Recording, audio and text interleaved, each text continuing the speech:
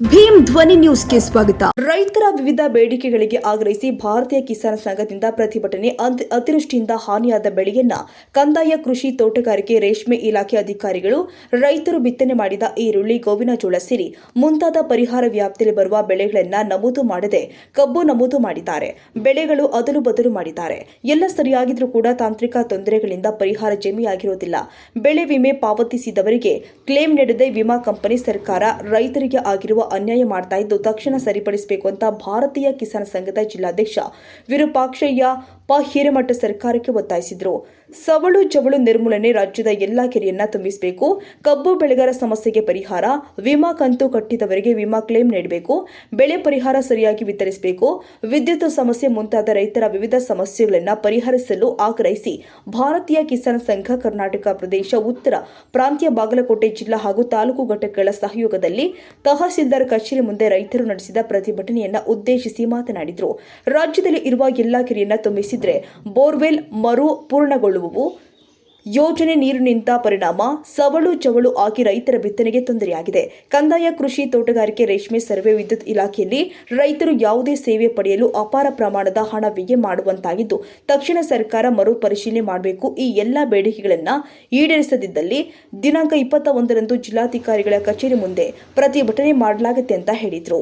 ನಂತರ ಜಿಲ್ಲಾ ಕೋಶಾಧ್ಯಕ್ಷ ಮುದುಕಪ್ಪ ವಡವಾಣಿ ಮಾತನಾಡಿ, ಜನರ ತೆರಿಗೆ ಹಣವನ್ನು ಗ್ಯಾರಂಟಿ ಯೋಜನೆಗೆ ಹಾಕಿರೋದ್ರಿಂದ ರೈತರ ಯೋಜನೆಗಳು ಮತ್ತು ಅಭಿವೃದ್ಧಿ ಕಾರ್ಯಗಳು ಹಿನ್ನಡೆಯಾಗ್ತಾ ಇದ್ದು ರೈತರು ಸಂಕಷ್ಟ ಪರಿಸ್ಥಿತಿ ಎದುರಿಸ್ತಾ ಇದ್ದು ಸರ್ಕಾರ ತಕ್ಷಣ ವಿಮಾ ಕ್ಲೇಮ್ ಮಾಡಬೇಕು. ಕೆಲವು ರೈತರಿಗೆ ಪರಿಹಾರ ದೊರೆಯುತ್ತಾ ಇಲ್ಲ, ತಕ್ಷಣ ಒದಗಿಸಬೇಕು ಅಂತ ಆಗ್ರಹ ಮಾಡಿದ್ರು. ವರದಿ ಉಮೇಶ್ ಎಂ ಚೆನ್ನಿ.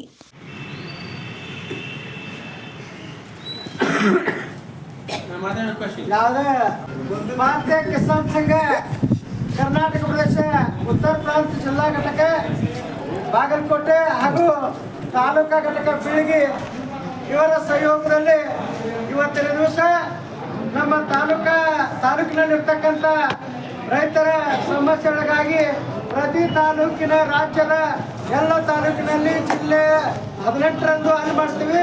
ಇವತ್ತೆಲ್ಲ ತಾಲೂಕಿನಾಗ ಮಾಡಾಕತ್ತೀವಿ. ನಮ್ಮ ವಿಷಯ ಏನಪ್ಪ ಅಂದರೆ ರೈತರ ಸಮರ್ಪಕ ವಿದ್ಯುತ್, ಸವಳು ಜವಳು ನಿಯಂತ್ರಣ, ಅತಿವೃಷ್ಟಿಯಿಂದ ಹಾನಿಯಾದ ಬೆಳೆಗಳಿಗೆ ವಿಮಾ ಕ್ಲೇಮ್, ಕೆಲವು ರೈತರಿಗೆ ತಾಂತ್ರಿಕ ಕಾರಣದಿಂದ ಪರಿಹಾರ ನೀಡದೇ ಇರುವುದರಿಂದ ತೊಂದರೆಯಾಗಿದ್ದು ಕಬ್ಬು ಬೆಳೆಗಾರರಿಗೆ ನ್ಯಾಯಯುತ ಪರಿಹಾರ ನೀಡುವುದು ಸೇರಿದಂತೆ ವಿವಿಧ ಸಮಸ್ಯೆಗಳನ್ನು ಪರಿಹರಿಸುವ ಕುರಿತು ಸನ್ಮಾನ್ಯರೇ, ನಮ್ಮಲ್ಲಿ ಕೃಷ್ಣಾ ಮೇಲ್ದಂಡೆ ಯೋಜನೆಯಿಂದಾಗಿ ಇಡೀ ಭೂಮಿ ಸವಳು ಜವಳು ಹಿಡಿದು ಇವತ್ತು ಯಾವುದೂ ಬಿತ್ತನೆ ಆಗ್ತಾ ಇಲ್ಲ. ಅದಕ್ಕಾಗಿ ತೋಟಗಾರಿಕೆ ವಿಶ್ವವಿದ್ಯಾಲಯ ಆಗಿರ್ಬೋದು, ತೋಟಗಾರಿಕೆ ಇಲಾಖೆಯಿಂದ ಆಗಿರ್ಬೋದು, ಸವಳು ಜವಳು ಮಣ್ಣನ್ನು ಮರ ಜೀವಿಸುವ ಭೌತಿಕ, ರಾಸಾಯನಿಕ ಮತ್ತು ಜೈವಿಕ ವಿಧಾನಗಳ ಮಾಹಿತಿಯನ್ನು ನೀಡಿ ಆ ಸವಳು ಜವಳನ್ನು ನಿಯಂತ್ರಣ ಮಾಡಲು ತಾವು ಮೇಲಾಧಿಕಾರಿಗಳಿಗೆ ಕ್ರಮ ತಿಳಿಸ್ಬೇಕು ಅಂತ ಹೇಳ್ತೀನಿ. ಅಷ್ಟಲ್ಲದೆ ಇವತ್ತು ರಂಗರಾಜ ಕಮಿಟಿ ವರದಿ ಪ್ರಕಾರ ರೈತರ ಕಬ್ಬಿನ ಉಪ ಉತ್ಪನ್ನಗಳ ನಾಮೋತ್ಸವದಲ್ಲಿ 30ರಷ್ಟು ಕಾರ್ಖಾನೆಗಳಿಗೆ ಮತ್ತು ರೈತರಿಗೆ 70% ನೀಡಬೇಕಂತೇಳಿ ಒಂದು ಕಾನೂನು ರೂಪಿದ್ದು, ಆದರೆ ಇನ್ನೂವರೆಗೆ ಜಾರಿಗೆ ಬರ್ತಾ ಇಲ್ಲ. ಅಷ್ಟಲ್ಲದೆ ಇವತ್ತು ಕಟಾವು ಹಾಗೂ ಸಾಗಾಣಿಕೆಯಲ್ಲಿ ರೈತರಿಗೆ ಬಹಳ ಮೋಸ ಆಗ್ತಾ ಇದೆ. ಕಾರ್ಖಾನೆಗಳು 30 ಕಿಲೋಮೀಟರ್ ವ್ಯಾಪ್ತಿಯಲ್ಲಿ ಬರುವ ಸಾಗಾಣಿಕೆ ಖರ್ಚು ಹಾಗೂ 150 ಕಿಲೋಮೀಟರ್ ದೂರದಿಂದ ತರುವ ಕಬ್ಬಿನ ಸಾಗಾಣಿಕೆ ವೆಚ್ಚ ಒಂದೇ ದರದಲ್ಲಿ ಐತಿ. ಇದನ್ನು ಮರು ಪರಿಶೀಲಿಸಬೇಕು.